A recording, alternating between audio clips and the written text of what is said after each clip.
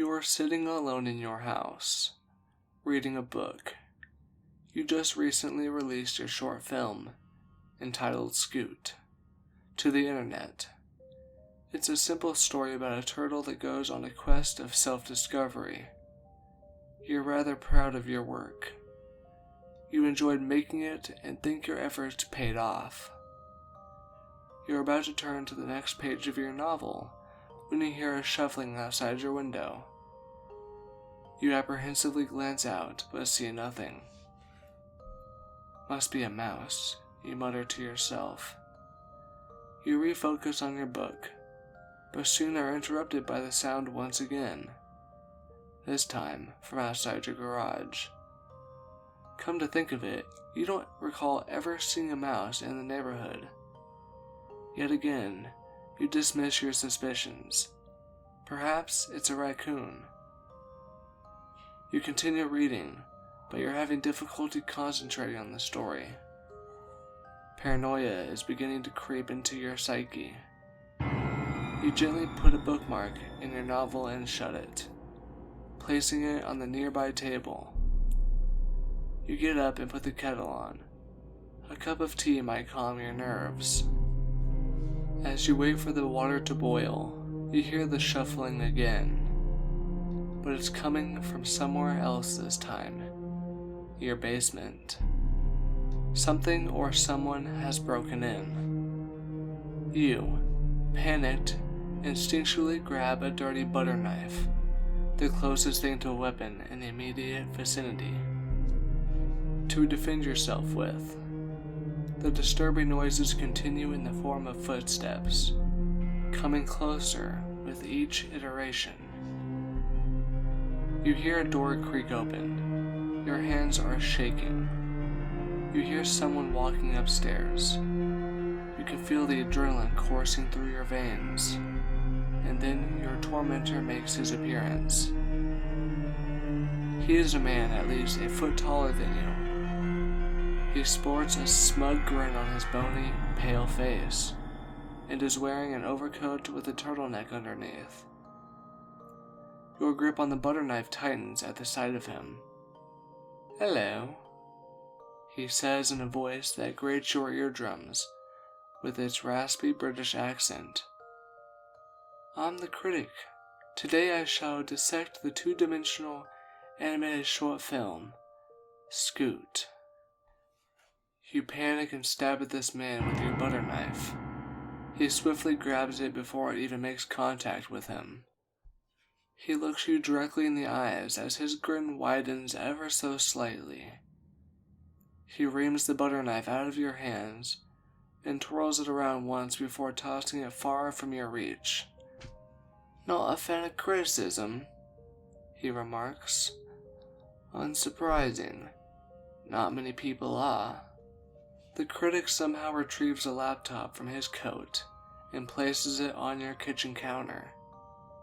He spins you around to face it and stands to your left, holding your head in place with his right hand, his long, unfiled nails digging into your scalp.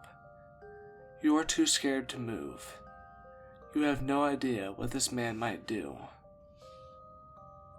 The laptop automatically powers on, instantly revealing a Windows Media Player tab with what seems to be a copy of your film loaded up on it. Likely abbreviated judging by the timestamp at the bottom, the Critic presses the start button. Your film's intro credit screen plays. You quickly notice that a 0 in Times New Roman font is superimposed onto the video in the upper right corner. 5 seconds of useless intro. That's a demerit, the Critic scolds. The Critic pulls a sharp object out from his overcoat.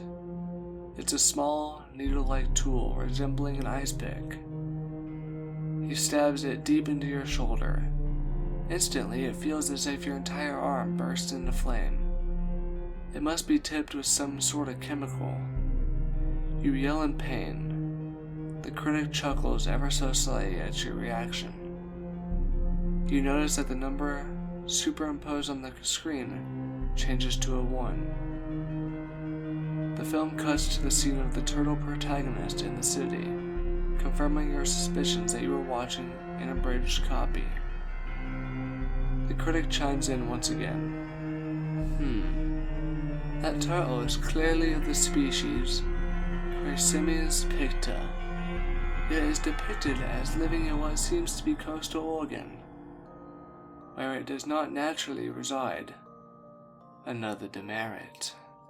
The critic takes out another needle and stabs it into your leg. Pain shoots upward. The number on screen changes to 2. Speaking of the painted toe, that tone of orange on the bottom of the shell is a shade too light. Demerit. The critic stabs another needle right next to the last one, amplifying the pain further. The number changes to 3. Notice that in the corner, the shadow on the wall is about 2 degrees off from what it realistically should be, based on the lighting. That is certainly worth a demerit. The critic stabs another needle into your wrist, careful to just barely miss your arteries. Your hand might as well have been lowered into acid. The number on screen ticks up to 4. And why a martini? Why not a slightly less cliched drink, such as my personal favorite, a Negroni? The critic stabs yet another needle into your lower abdomen. The pain at this point is nearly unbearable and quickly increasing. And it's not just the physical suffering, it's the mental agony of your beloved creation being used to mock you. The kettle you set on earlier emanates its ear-splitting wail.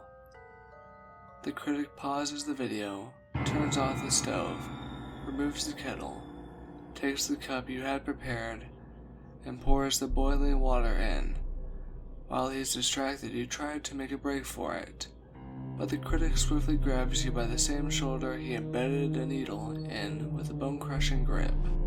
Irritating your already burning nerves, he drags you back over to the laptop and takes a sip of the scalding hot tea without even flinching. It's not Lipton, I'll give you that, he says. I'll negate your demerit for fleeing. You swear that the accursed Times New Roman number on the laptop screen flicks to 5 before returning to 4. The film resumes playing, and the critic keeps complaining about all sorts of little details, and stabbing another ice pick into you for each one. Some of these are legitimate criticisms, albeit minor, such as the way you animated the movement of water in one scene. But just as many are nonsensical complaints about things such as the turtle's lacking taste, and that he'd never make a good soup. Finally, the critic concludes his callous commentary with one final grievance about how the film should have ended, with the entire cast being killed off in a fiery blaze. The video fades to black. You're twitching in agony, 14 needles embedded in your flesh. The critic smirks at you. He's done insulting your work. He'll leave you alone, right? The laptop screen displays the Times New Roman fonts, once again, this time in white. Runtime, 15 minutes total. 5 spent critiquing. Demerit total, 14. Rate, approximately 0.93 demerits per minute. The screen goes completely black once again. The critic gently shuts the laptop. How unfortunate, the critic says. Yet another disgrace to cinema. However, perhaps with a little editing, a few modifications, something can be salvaged from this wreckage. Editing, you ask? Sure. I have some extra unused scenes saved somewhere. Maybe I could splice in some making some tweaks, whatever you think would work. You hope that if you give the critic what he wants, he'll leave. Maybe then you'd have a chance to call the police and get the psychopath arrested. Oh, the film. No, that's unsalvageable. Complete dreck. The critic turns to you and smirks malignly. I was thinking something more long-term. The critic draws out a scalpel from his overcoat. It gleams forebodingly in the dim light. Your eyes widen as he stares directly at you. What we need here, you see, are a few changes to the director themselves.